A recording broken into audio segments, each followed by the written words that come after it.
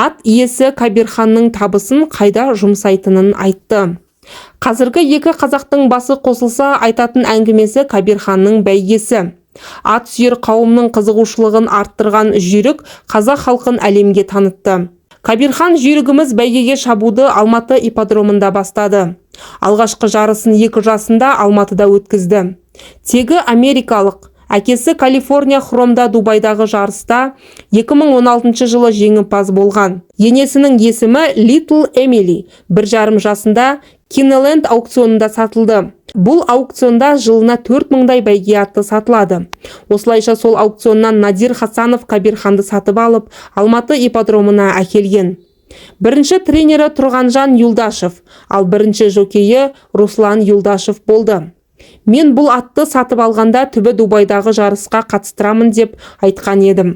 Ақыры арманыма қол жеткіздім. Күмән де аз болған жоқ. Дегенмен ойға алған арманым орындалды. Жылқыларды бәйгеге қосып баптап жүргеніме 5 жыл болыпты. Жылқы малын жақсы көрмейтін қазақ жоқ шығар. Соның бірі мен едім. Бала кезімнен ұлттық спортқа ат үстінде жүруге қызықтым. Ал спортының ішінде бәйгені жүрегіме жақын тарттым. Осылайша ұшқыр бәйгемен айналысуға бел байладым.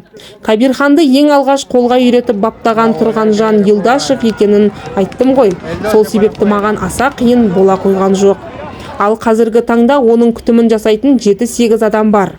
Осы кісілерге келісіммен ақысын төлеп, тұлпарымызды баптаймыз. Оны жарысқа қатыстыруға апару үшін жұмсалатын қаржысын өзім көтеремін. Сол себептен жарыстардан ұтқан қаржысы өзінің күтімінен әрі аспайды. Десек артық болмас. Алдағы уақытта ат спорты дамыса, жұмыс күші көбейер еді.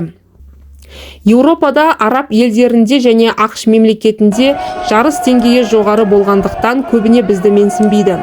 Негізі Кабирханның мәреге бірінші жететініне шетелдіктер ғана емес, Қазақстанның өзі күмәнмен қарады. Ал Кабирхан жеңген кезде әйелім ұл тапқандай қуандым. Расында, ат спортының деңгейі бізде төмендеу. Қазақстанда да, Ресейде де бәсекелестік аздау. 26 қаңтар күнгі жарыста Кабирханмен бірге ақштан келген 5 жасар айғыр Клэптон деген фаворит шапты. Екеуінің бәйгедегі деңгейі бірдей болатын. Клэптон бұдан бұрын ақшта өткен ең мықтылар жарысқан бәйгеге қатысты. Жүлдеге ілінбеді, бірақ фаворит деп саналды. Жалпы Дубайдағы бәйгеде Кабирханмен жарысқан 11 тұлпар да әлемнің үздік арғымақтары. Сол үшін Дубайдағы жарыста шетелдіктер бізге көп мән берген жоқ. Алайда бірінші жарыстан кейін сарапшылар мен букмекерлер Кабирхан туралы айта бастады. Жалпы бұл жарыс 30 наурыз күні Дубайда өтетін әлем кубогының іріктеу кезеңінің бір бөлігі ғана болатын.